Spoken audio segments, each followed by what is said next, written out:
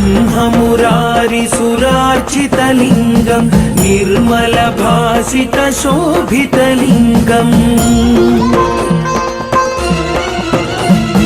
जन्मज दुःखविनाशकलिङ्गं तत्प्रणमामि सदा शिवलिङ्गं देवमुनिप्रवरार्चितलिङ्गं कामदहनकरुणाकरलिङ्गं रावणदर्पविनाशनलिङ्गं तत्प्रणमामि सदा शिवलिङ्गम्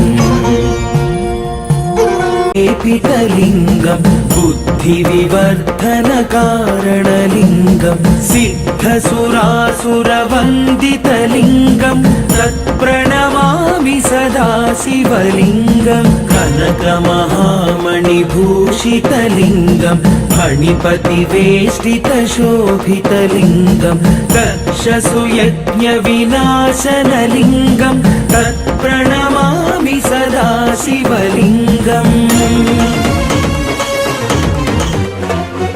कुङ्कुमचन्दनलेपितलिङ्गं पङ्कजहारसुशोभितलिङ्गम् सञ्चितपापविनाशनलिङ्गं तत्प्रणमामि सदा शिवलिङ्गम्।